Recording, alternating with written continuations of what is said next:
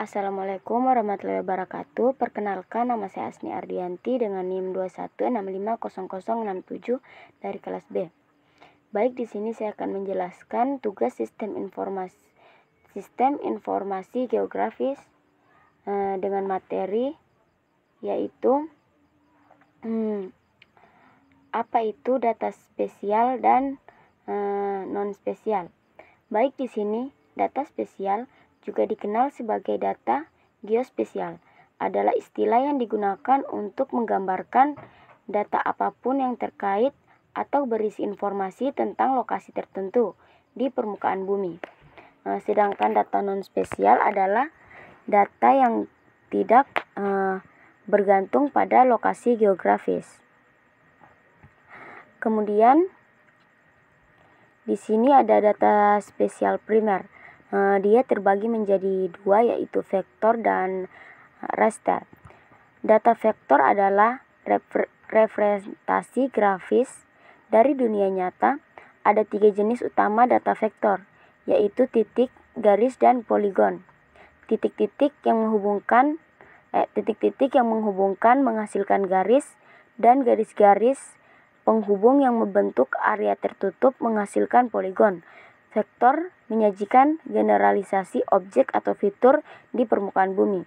Data vektor dan format file yang dikenal sebagai subfile atau SHP terkadang digunakan secara bergantian. Data vektor paling sering disimpan dalam file SHP. Kemudian raster. Data raster adalah data yang disajikan dalam grid pixel. Setiap pixel dalam raster memiliki nilai, baik berupa warna maupun satuan pengukuran. Ini mengkomunikasikan informasi tentang elemen yang dimaksud.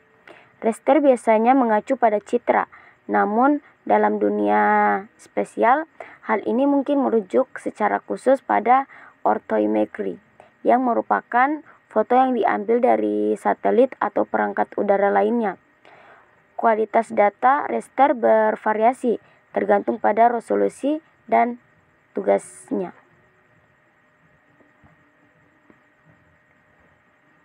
Kemudian di sini adalah contoh gambar dari vektor objek dan raster objek.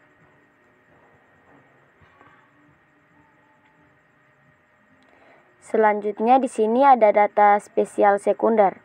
Untuk mengidentifikasi lokasi pasti di permukaan bumi digunakan sistem koordinat geografis. Biasanya sumbu X dan Y digunakan dalam sistem matematika, tetapi dalam geografi, sumbu disebut sebagai garis lintang atau garis horizontal yang membentang dari utara ke selatan, dan bujur dari garis vertikal yang membentang dari timur ke barat.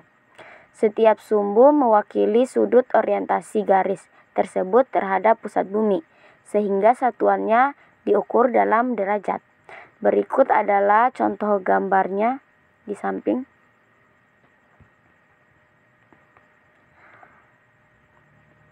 Baik, selanjutnya dia ada georeferensi dan geocoding.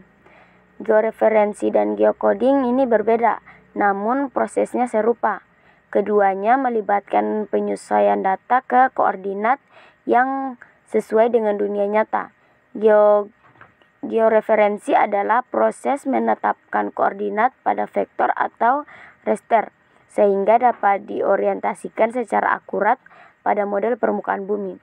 Data yang digunakan dalam geocoding adalah alamat dan deskriptor lokasi, kota, negara, dan lain-lain. Masing-masing lokasi tersebut diberikan koordinat acuan lokasi tersebut di permukaan bumi.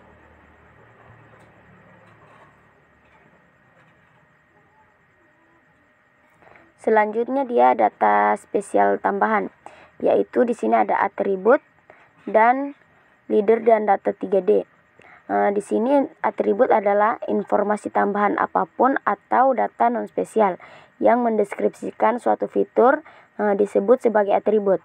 Data spesial dapat memiliki sejumlah atribut tambahan yang menyertai informasi tentang lokasi. Misalnya ada mungkin memiliki peta yang menampilkan bangunan di kawasan pusat kota. Setiap bangunan Selain lokasinya mungkin memiliki atribut tambahan seperti jenis penggunaannya atau perubahan bisnis pemerintahan dan lain-lain, dan juga lantai yang dimilikinya. Sedangkan leader dan data 3D, yaitu selain data raster dan vektor, ada juga data leader, disebut juga point cloud, dan data 3D. Data leader adalah data yang dikumpulkan di berbagai titik dan mengukur waktu kembalinya cahaya yang dipantulkan. Ini menyimpulkan jarak dan akhir posisi 3D. Dan data 3D adalah data yang memperluas koordinat 2D garis lintang dan garis bujur. Ini mencakup ketinggian dan atau kedalaman. Meskipun rumit, data ini kaya akan informasi. Data 3D dapat digunakan untuk memecahkan berbagai permasalahan yang berkaitan dengan permukaan bumi. Berikut adalah contohnya.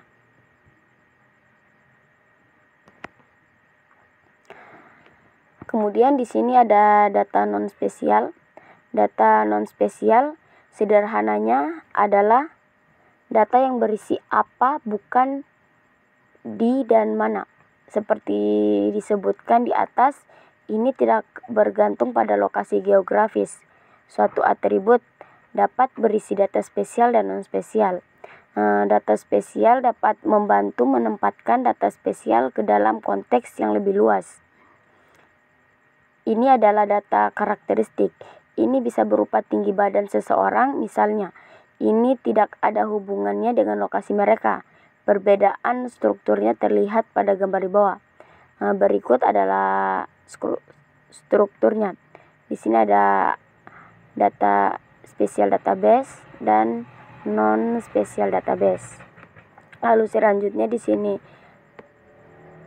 ada res dan vektor data model, kemudian point, line, dan polygon. Lalu itu pada non spesial database di sini ada hierarchy dan struktur. Kemudian network dan struktur juga. Lalu relation dan struktur. Saya kira cukup sekian yang bisa saya jelaskan. Lebih dan kurangnya mohon dimaafkan. Saya akhiri dengan ucapan wabillahi taufiq wal hidayah. Wassalamualaikum warahmatullahi wabarakatuh. Terima kasih.